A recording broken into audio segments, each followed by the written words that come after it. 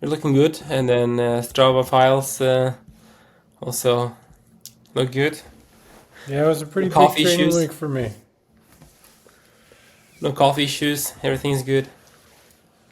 Yeah, but you look a lot better. So how you been? Yeah, well, thank you, thank you. It was only last night which I did not have fever. Yeah. So the Spanish flu, got complicated with the bacterial infection. Mm-hmm. Uh, so my wife has tendency to develop the sinusitis, and Mm-hmm. I got some bronchitis. I don't know if it was some sort of pneumonia or not. We started with antibiotics for like 3 days ago. Yeah, and then HRV is quite a bit up, and then resting heart rate is down, and sleep was quite okay, but still cough and everything. But there was no desire of doing any type of movement, let alone 10 minutes stretching. Yeah. Absolute no desire. Uh, the desire came yesterday for 10 minutes stretching, and today I did 1 hour, like 1.5 hours, just walking with a friend. Yeah. It's -14 outside, windy, so it's good. Snowy, yeah.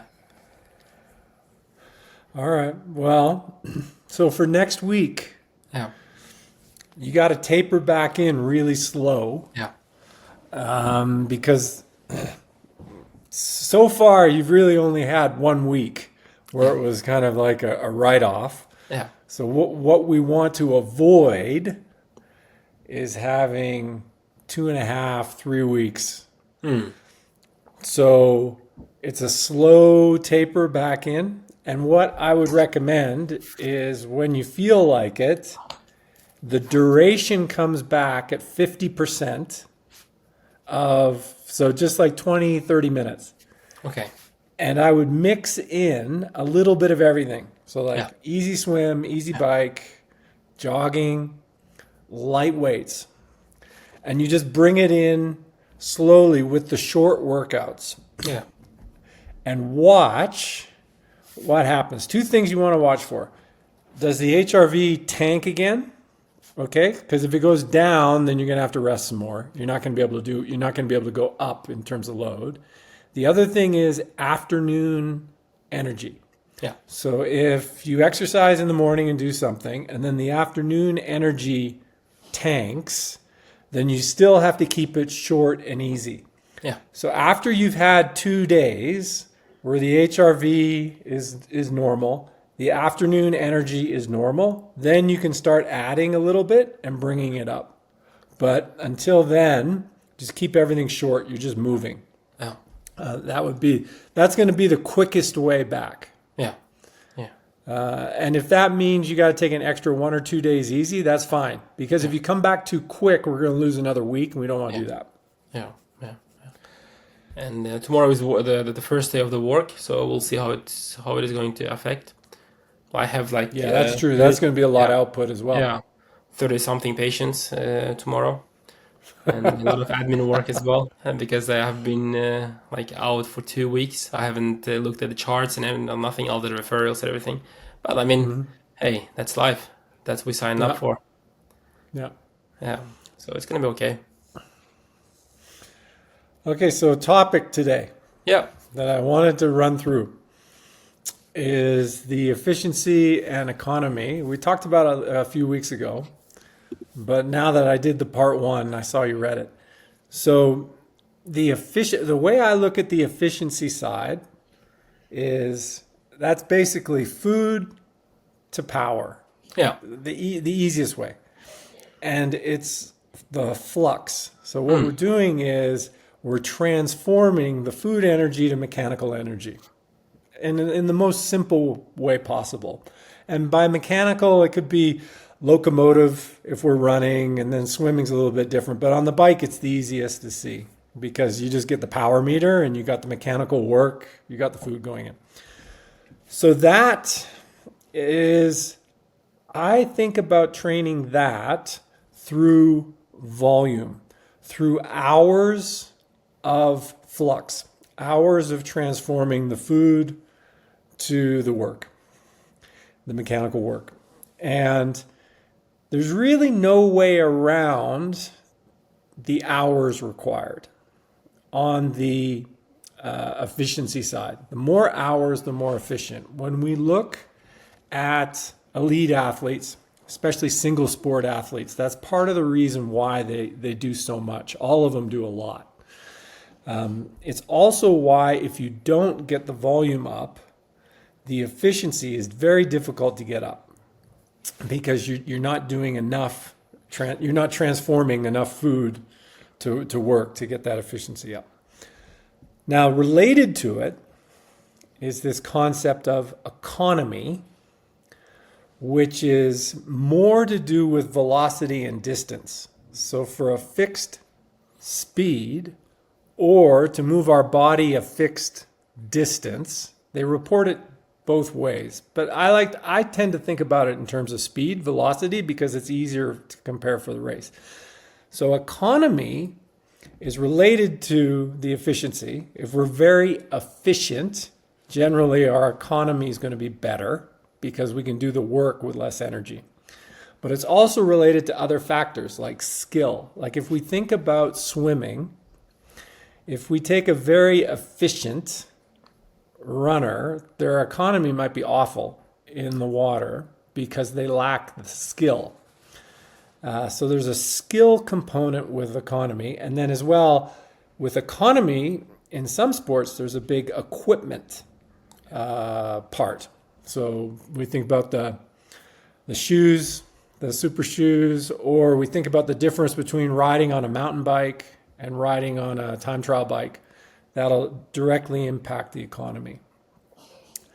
Now, these benchmark tests that you do, where we're saying, let's run 5K blocks or 3K blocks or 2K blocks, these are a way for us to measure economy because we're saying it's a fixed distance, we're putting a heart rate cap on, and we're watching what happens. And if your economy is improving, the heart rate is going to lower or the velocity is going to increase for a given heart rate. And so a lot of times people think that they need very complicated tests and they got to go to the lab to test these things, but they don't. All you need is a heart rate monitor and a stopwatch, and you can get these concepts. Now, the other thing is these changes happen relatively slowly, the physical changes. So this idea of improving efficiency happens over thousands of hours. And because it takes a long time to happen, if you keep training, they're durable. So they don't just disappear, but you got to keep doing the volume. Now, in my mind, for things like running and things like swimming, that's why I like high frequency, because the high frequency improves the economy. The more we do the movement pattern, the more often, the better our brain gets and the more efficient we get at it.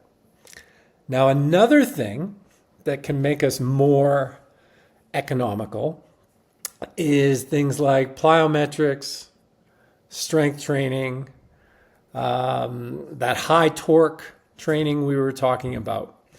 And part of that is the hypothesis is that the body becomes more efficient at producing force. And that's also related to why I want to expand your comfortable cadence on the bike, to get those muscles firing more efficiently and smoothly. So because when you're starting out with as a cyclist, there's internal resistance in the legs on the recovery. So there's one leg's pushing down, but the other leg has to unweight, and that's a bit of a skill. So oftentimes, if our natural cadence is kind of low, part of the reason might be that there's resistance on the other side. When one leg's going down, that other side's not unweighting as quick. So to train that, we do periods of higher cadence where you're having to do the movement pattern at a very high rate. And that's part of what's going on. Now, if we think about combining that, so we do a stride uphill where we focus on quick cadence. So now we got force production, we've got the ability to move quickly, and we've got the little bit of resistance, which is increasing the force production. So these are ideas. So you understand the why behind certain things and also why these things appear to work well for people. Now, as I build out the series, you're going to see how all this stuff kind of fits together. So you read part 3 already, but ultimately we're going to be talking about how these factors play into performance for a long period of time. So, for instance, at your VO2 max, if we just take 200 watts, say, and you're producing 200 watts, at your VO2 max, that's like a moderately hard amount. But right now, your body's not very efficient at producing 200 watts. And how do we see that? Well, we see that with the heart rate rising, and we see that with the lactate rising. The lactate is going to be kind of at that effort, it'd be unstable. It's going to be rising continuously. So it would be enough to take you to VO2 max if you held that effort for a long time. However, we look at your VO2 max. If we make the body more efficient at generating energy, we can bring that into a more stable domain. So it'd be the heavy domain, it'd be zone 3. Right now it's in the red zone, but we could bring that effort in.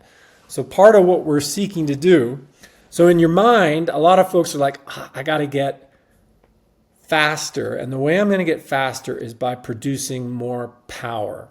And I would say, no, the way you get faster in a race is by becoming more efficient and more economical with your existing amount of power. So you take your existing VO2 max in your profile and you focus on economy and efficiency, and you can hold things that are unstable, you can bring into stable.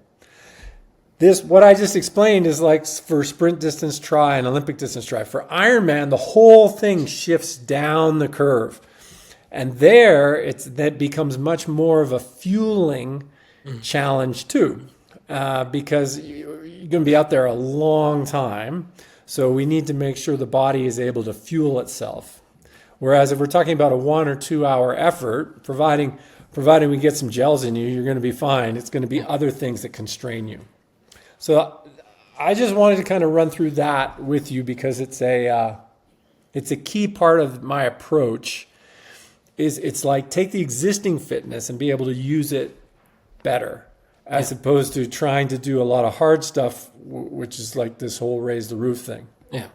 And you see that in those tests we did, the power tests. If you can hold those numbers that you can already produce for longer, you're going to really like what it does to the velocity. Yeah. And many people think that for the Ironman distance or like a longer distances, because like we have sort of access, we know about the power about the pro athletes. They talk about like a 300, the 320, or like these crazy numbers. And many people just do not realize that these are like really, really high numbers. And then they try, like amateurs try to sort of simulate and then try to produce the same amount of energy and then dig a big hole. And I talked to Grok and ChatGPT, and then just, for example, just to complete the Roth for the bike part, given my weight, if I'm not mistaken, if I want to complete it under like 5.5 hours or something, so average like normalized power should be around 160, 165. Given that I am on a TT bike and everything, and then fueling and then like a stable watt and everything. So 165, and then you say, okay, so 6 hours, 5.5 hours, so it gives you, so quite a good time. And then sub 12 is quite an okay time to aim for many amateurs. Yeah. Yeah. So like Another, there is no reason just to aim for those like a 250, 260, 300 watts and just crash after 2 hours. well, that's it. It becomes a self-fulfilling prophecy because you kind of fall apart. But if you do the proper simulation rides before the race, if the idea of the power is wrong, you're going to find out. It's going to become so obvious to those people that, look, hey, this isn't going to work. Now, what a lot of people do is they'll do the simulation ride, and then they get into the race and they're excited and they feel good. And because they can't put the brain 7 hours into the future, they just blow it because they don't have the ability to execute. And that's a common one. But again, with the power meter, you can see what's going on. Before everybody was riding on power meters, everybody was just like a mystery. It's like, I don't know what happened. It's just, I fell apart. But now with the power meter and the GPS on the watch, you can see exactly what happened. Interesting point about Christian riding 300. If you look, and that's why I included the section on Monday's article, I included a section on percentage of VO2 max. So if we looked at the percent of Christian's VO2 max, his fractional utilization that he's putting out in Ironman, I think many people would be surprised how low it is. It's relatively low because he has this huge top end. And it is also the same thing for athletes. If you look at Niels van der Poel's book, and you're looking at, he's doing threshold training around, what was it? Was it 390? 390 watts, Something like I think. that. Yeah. It was a very big number. And then he was doing, but then you also look at his endurance training at 250, and you look at his easy supplemental training at 200. And that was the most interesting thing for me, was he's doing supplemental training at 200 watts, and his threshold is, say, 400. So that would be the equivalent of you doing your easy training less than 100 watts. Yeah, that's right. And I think that's something people completely missed in the book, which is the supplemental volume, and even the 250. If we look at 250 as a percentage of 400, where he did his big endurance training, it's a relatively high rate of work for any human, 250 watts for 5 to 7 hours. But in terms of his fractional utilization, he's only using a small piece of it. So it's a little more than 50%. So it's say 62. I think it's about 62%, say, and 64. And that's like a really small number. Now, what is different is he was doing 25 hours a week, say, of it, and he's doing a tremendous amount of kilojoules of it. So his flux was very high because he was doing so much of it. But that goes to the whole efficiency point. So it's so many hours, and he chooses a rate where he can get a tremendous number of hours every week. So his flux over the base training period is very high, and he becomes very efficient at that. And then internally, he also becomes efficient. So that first threshold just gets it's moving to the right, and then the watts are kind of going up. So those are when people are looking at the big numbers. I always like to convert it to either a percentage of VO2 max, or on the bike, it's pretty easy. You can do a percentage of this functional threshold. So this idea, this best hour power, and that puts it into context for amateurs. I think it also gives people comfort. Well, a couple things: that the easy training is really valuable, and that my numbers as an amateur are way lower than the pro numbers, but they're appropriate for that type of training. The other thing is if somebody tries to do a whole bunch of really high power stuff, their consistency suffers, and then you can just pay attention to that. It's like, well, it's not fun. They're kind of wrecked. Okay. Yeah, what was that? I read a tweet or like a post from Alan Cousins, and then he was talking about the Kipchoge, and he Kipchoge does a slow training in like 4 minute pace or something, and then that would mean for a lot of people, like easy training would be walking. Yeah. Yeah, I mean that's the case. Well, but that's why I like the bike, Yeah, because you can get that kind of walking effort. Well, running's so binary. You in a sense, unless you have a hill, there's like this walk. There's like between walking and running, you don't really have much. No. Whereas with the bike, it's you can really dial it in where you want to do it, and there's no impact. No. So one of the challenges a lot of us face is the impact from the running beats us up at any speed. yeah, And so the bike's good. But with these elites, the other thing is, that's why I'm so public with my data, is my numbers aren't crazy, but the protocol lets me do a lot of volume at the numbers. And particularly if you go back to my numbers in 2023, they were like low numbers. But I was able to be consistent, and that's what kind of moves me up. I think people miss that. And the best elites have very special bodies in terms of what they can, and immune systems, the whole thing, the whole body system of Christian. Anybody that can do 4,000 hours in 3 years has a very special body and a special constitution. And we didn't see the 10 years before he started doing the elite training too. So it's all kind of building up over time. And this is actually something I'm experiencing right now. So I'm coming up on April is going to be my 4th anniversary, and the years are kind of building on each other, and I'm seeing more changes. Yeah. But again, you don't really see them reflected until I go out and race. But I can feel it on the easy training. Okay, so that was kind of a little bit on the kind of topic. So I was, so for you, if you want to average 165, it means you have to be very comfortable, up to about 185. yeah, So it's about training what you've already got, because the climbing on the road course, you need to be able to lift power, but you don't want to take that. You don't want to have that put you in the red. So you want to have a good tempo zone. So it's like wide green zone and then tempo the climbs. I talk about kind of like a tempo budget. And what I mean by that is on any day in any race, there's only so much tempo that we can fuel and tolerate. So we have to use it wisely. Okay.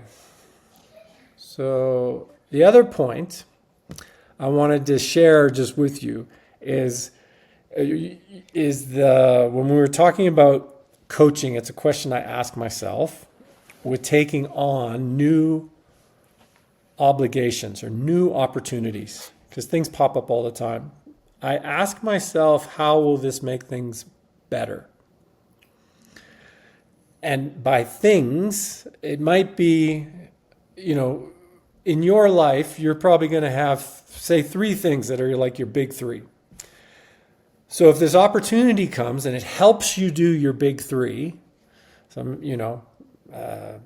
marriage, kids, yourself, but within yourself, like what's your number 1 thing there? But let's say if an opportunity comes and it fits with what you're trying to do, then you'll know, okay, this makes sense to take on. But if an opportunity is attractive, but it's just going to make you more busy, I find that's an easier way to say not yet to the opportunity. So I don't necessarily say no. It's more like a not yet. It's like, oh, that seems interesting, but I'm not yet ready for that.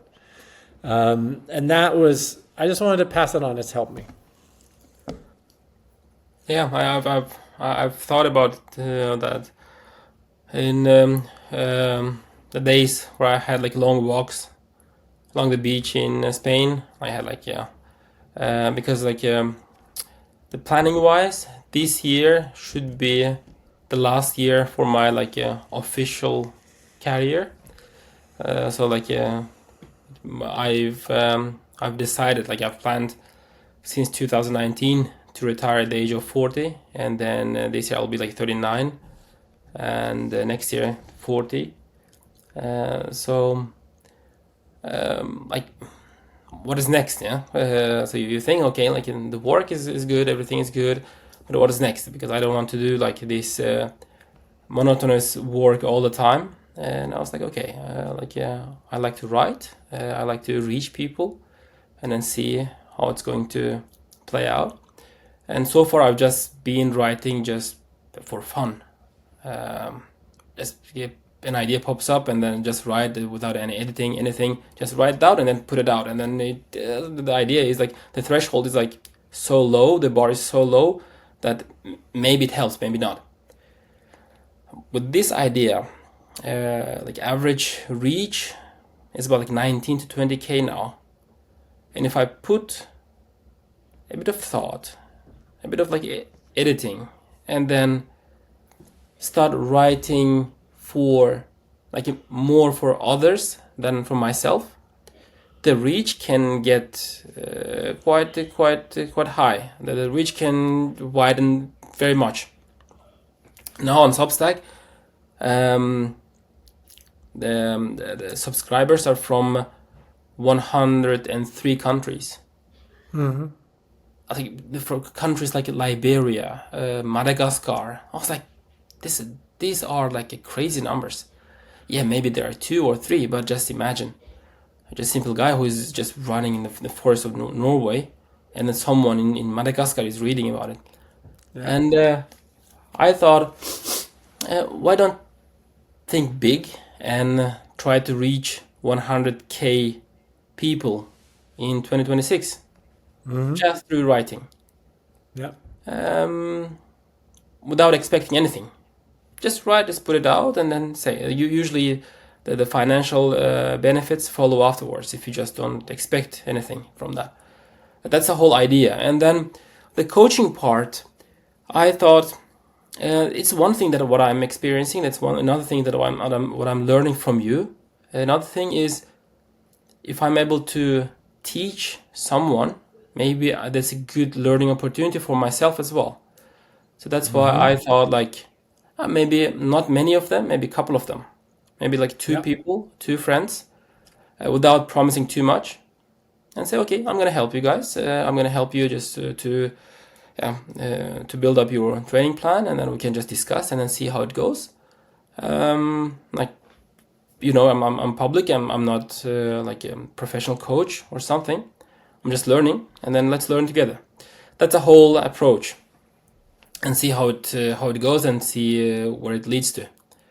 When it comes to time wise, I'm thinking, like I'm talking to a colleague who is maybe going to replace me on Fridays if we get lucky, if we succeed with the plan.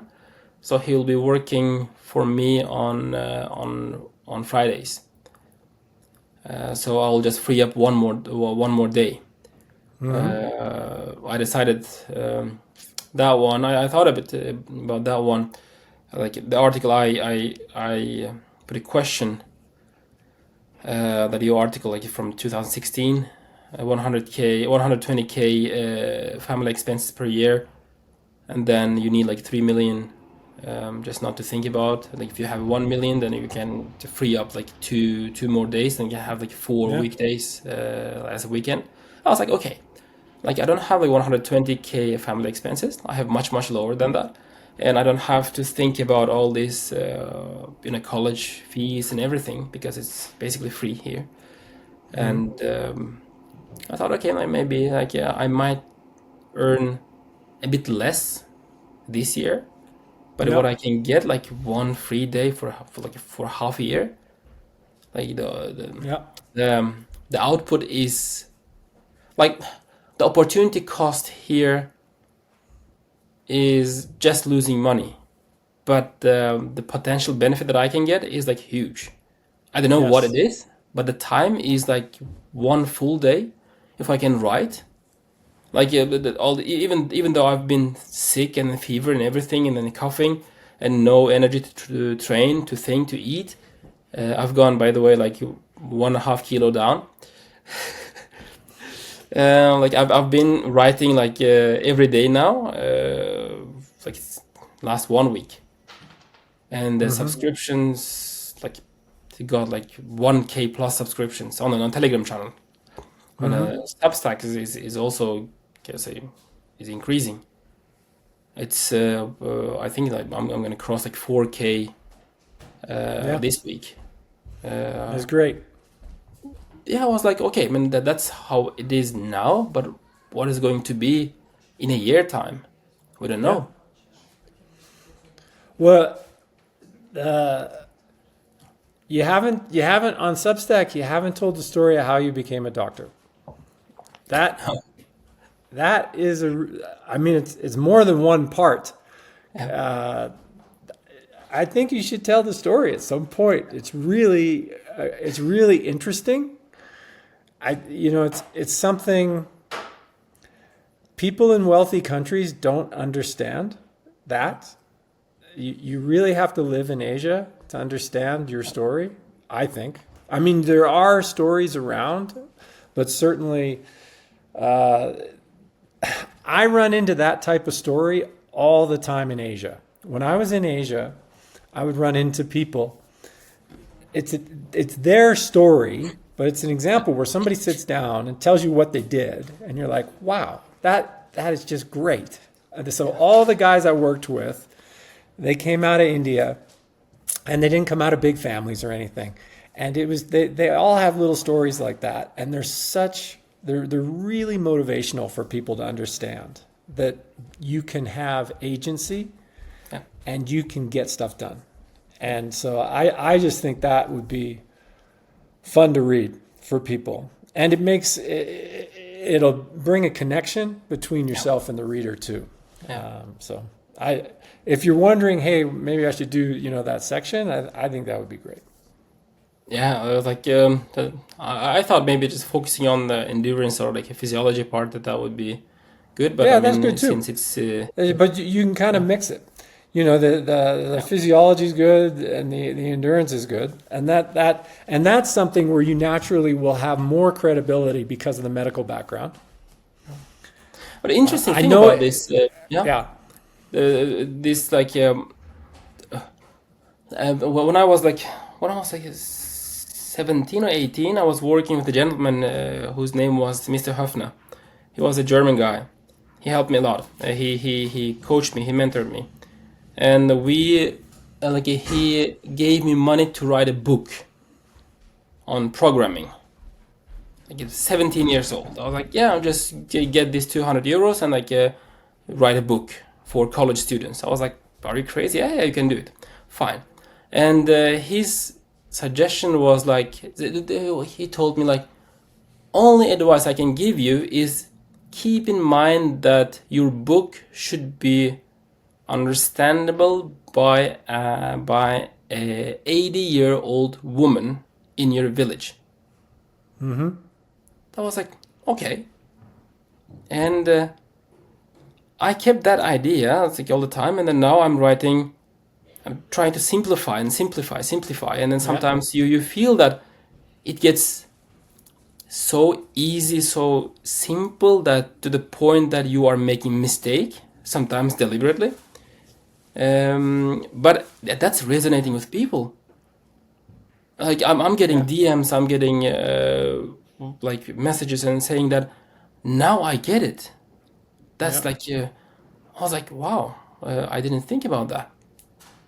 And I think that keeping it so simple, that's something helpful. Yeah, and I think as you on the physiology side and on the performance side, as you learn more, you will see that it is actually very simple. So that's why efficiency is volume. Economy is frequency. That's it. Now we can take those concepts, and the scientists do, and they talk about all different types of efficiency, and they talk about different types of economy and all these other factors. But the essence of what we can capture is actually very simple, and you get most of the benefits can be brought in very simply. Yeah, yeah, yeah. Like the idea is like you cannot control your mitochondria as your bank account. That's Yes. yeah. So you have to just wait. You have to grow them. Yeah. And take care of them. Yeah. Feed them. Yeah. You can just They're like control them. it's like a little garden. Yeah. That's actually not a bad way to think about it. Yeah. So the other thing about the medical background that I find with doctors is, why do doctors make good coaches? Why do doctors make good advisors? It's not necessarily the medical knowledge. It's a way of being cautious and careful that doctors seem to have. So a good doctor is cautious and careful and not necessarily in a rush and they have experience with things going wrong sometimes. And I think that makes a very good advisor. And I've always found, that's why I liked when I was a young coach and I was working with doctors, they would help me slow down, they would help me be less certain and more simple. And that's something that you can bring to people is like, hey, we don't really understand this area, and maybe you want to be a little more cautious about it. I mean, the example, these days the example is like the peptides. Yeah. And there's like people going crazy with peptides, and it's sort of like any doctor would tell you, hey, you don't want to go near stuff that's just coming out of a factory and nobody's inspected, and we don't really know what it's going to do to you. And it's that caution that I think you can bring to people, which can help. And you talked about that with the protein. That was with the vitamins and the supplements and stuff. Yeah. I like that. That's the essence of medicine, like prima non nocere. So primarily do not harm. Yes. That's the first thing that you should do. The proteins, like in the West, we do not question them.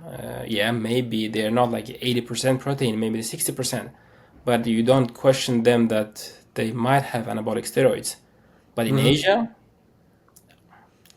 people know what brands have anabolic steroids, and then those who sell them, they are open about it.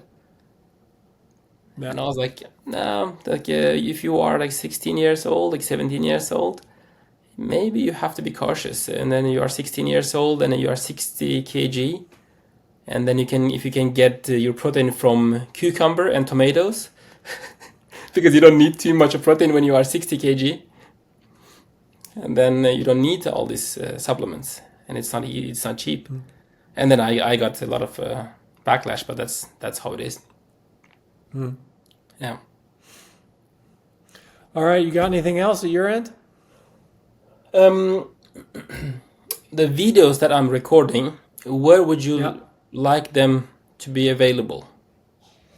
Well, it's hold on. Let me turn that off so it doesn't ding. So that's really up to you. If you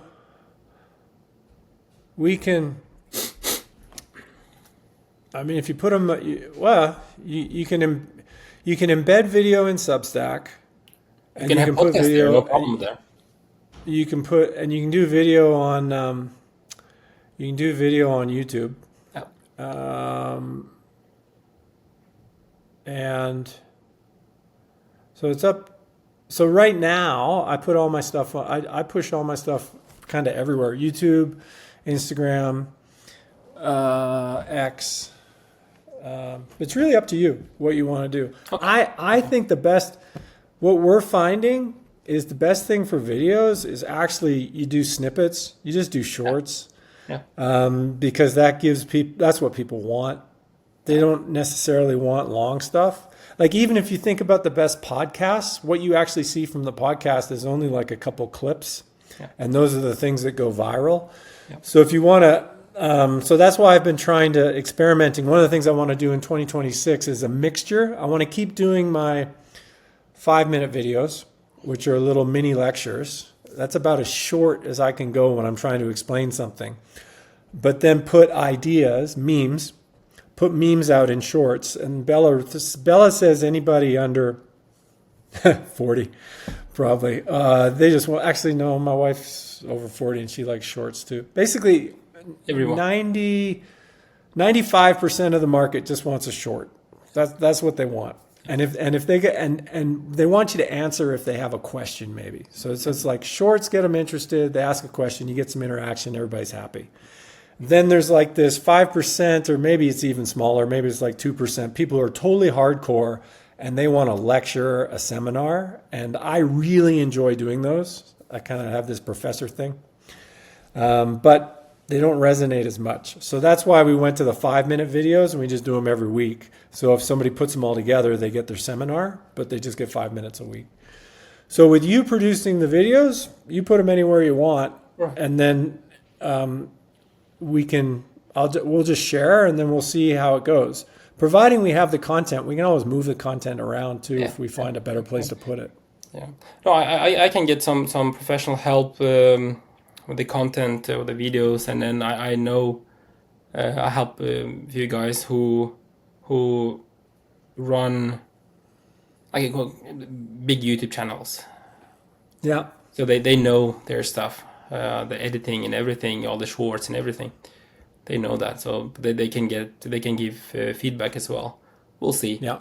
That so far what I've been doing is like just put it out, and then maybe it helps, maybe not. Yeah, that's one way to do it. Yeah. We just if somebody's interested, they can use it or not.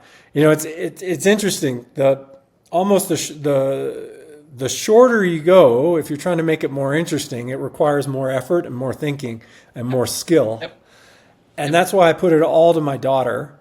I was just like, you take this over, I'm no good at it. And she just does it. Yeah. And I figured she'd get upskilled because it's all upside. Yeah.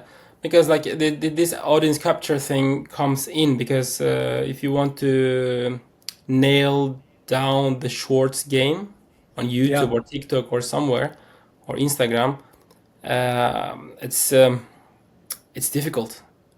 It's difficult. So you have to capture the attention like the first 2 seconds, and then you sort of miss authenticity. That's a part of your life. But remember, 1,000 true fans. Have you ever read that essay? A few times. There you go.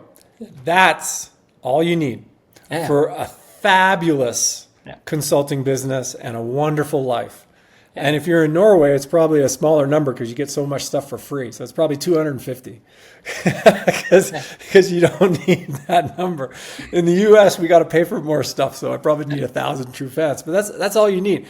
So really what you're doing with the viral stuff, you're just trying to reach people and create this small group of people who are really into your stuff. Like when I came back, I had a call with a guy yesterday. And he's like, he didn't know where I went. He's like, I wonder what happened to Gordo. He like disappeared for 10 years. And then in 2023, I pop up again somehow. So somehow, somewhere he sees me and it's like, oh, Gordo's back. And he tells his training buddy, he's like, the guy's back. And he starts reading all my stuff again. So the people that come back. So why do you do shorts? Why do you do the videos and all these things? So the people, just so people can find you, and then once they're in, then they can go deeper with the content. Yeah. They can kind of get into the seminars and the longer stuff. Yeah. So I think that's kind of how it works. For the way we live, it's always going to be a niche. Yeah. So, but the nice thing for you though is a niche in Central Asia. There's a lot of people there. Yes. Yeah. And same deal with me. I'm in this crazy little endurance niche, but because I can reach the entire world, it becomes a very large piece of the world. And that's interesting and that's kind of fun. But and I don't I don't know if I mean I think it's good to be aware of audience capture. I don't necessarily think I don't feel it's that dangerous for me now. I think if I was younger and was really driven by fame, like I can see it in like one of my kids who really wants to be famous. That could be something. If you're young and you don't have your identity established, it could be a risk. And I think that's also why some of my friends that have higher profiles, sometimes they come and go from public. So because maybe they feel it, and it's kind of like, hold on, I got to take a break. I got to come back to my thing. And I think that's also why Alan doesn't like to argue with people, because in his mind, he wants to stay focused on what he believes. So I think also he takes the subject, because it's his life, he takes it very seriously sometimes. I feel that there's just so much that we don't know on the sports and the physiology that I just know I'm going to be wrong quite a bit. And it's not a big deal. I can make mistakes, and then there's like when I came back and there was all these new terms, I just made all these mistakes in public, and people like Steven Saylor and Philip Skiba, they like point out, they're like, no, you're wrong there, and here's why you're wrong. And then I bought Skiba's book, and I read the book to try and better understand the way he talks, and then I kind of put everything together. So the first year I'm back online, I'm making all these mistakes and trying to put it back together and understand the new words. And that's the quickest way to learn. If you're trying to do it in private and hide all your mistakes, you can't learn as fast. If you just throw everything out there, write articles, people will tell you if you're wrong. So I'm always, because with Skiba, he presents his physiology differently than the way I learned and the way I present it. And so I wanted to learn his way so that I could talk to those people, because there's a whole group of physiologists that speak differently, and I wanted to be able to speak to them. So I just tried to say what they were saying, and they're like, no, that's not it. And then they kind of work with you. It was actually very effective and a lot of fun. So Yeah, you're not afraid of audience capture because you have the personality to shut it down. Things like you have the ability to go cold turkey in one day. Yeah. Like day one. Yeah. The ability. Yeah, the ability. Well, that, by the way, that is something I learned in finance. Yeah. The ability to do good deals requires a willingness to do no deals. Yeah. So because ultimately with investments, it's about just doing a couple good deals. And this same thing with ideas, businesses, all that. So once you get to the point where you have to do something, you're less likely to do something good. So yeah, this ability to walk away is a key skill. That was taught to me very young, in my 20s, my early 20s, when I was learning about finance. So and many people cannot do that, and then just pointing out the mistake that you make publicly, and then like me and probably you and many others, where we are willing to learn, and sometimes get called the retard by some people. Yeah, that's okay. That we know. That's okay. Yeah, that's totally okay. Because fundamentally, I know who I am. Yeah. I think that is the strength. Actually, that's the integrity. Yeah. So when you know who you are and you're happy and with you are, and you know you're free to change. Yeah. So I'm always free to change. So I will make mistakes, and when I make mistakes, I'm free to change, and I'm free to learn from that mistake and work to being better. It's that, and then it's everything just becomes an opportunity to learn. It's so it's more difficult to make mistakes with the people we love, with the wife, or with a parent, with a child. Those mistakes can be more painful because then there's the emotional component as well. It's not just the mistake. Yeah, So. yeah. Like that I understood. I realized that one, like when I was chasing the fire, like all the financial independence and all these kind of things, and then I'm a doctor, and then I can crank it up, all the night shifts and everything, and then increase the income. And I realized that okay, I'm going to be rich one day. I don't know when, but that's for sure. That's the most important thing right now is not to make a big mistake that I will regret in the future. That was one realization, and said, okay, then I sort of like put the brakes a bit down. Okay, like, slow it down. That's totally fine. And then you and me, we're not afraid just to lose, like sort of everything. Like like I don't know how about you, but like if all the online presence of me shuts down in one day, just disappears, Yeah. I don't feel anything. I was like, okay, that's how it is. Like, yeah. But for some people, that's a bit difficult. Yeah. Wow. I just build it up again. After you've done something a couple times, Yeah. I mean, what is it? This is it's like I took 10 years off and totally disappeared, and then it comes back, and it comes back to a good level. The other thing is online. One of the things I discovered is all you really like. I mean, this is for me. What do I want online? I want some friends who are interesting. I want to be able to ask people who will teach me. So like being able to talk to Sailor online is very valuable to me because it's somebody who I respect and I can access knowledge. So that's great. He's great. And He's I love talking to the young people who want to learn and they're trying to figure things out with me because the young person energy and the passion that they have is something that's great. So when you're talking between generations, that's a lot of fun too. Those are probably my two favorite things online is learning from other people. And I tell you, Alan and I live pretty close together, but I learn way more from him online because that's where he likes to work.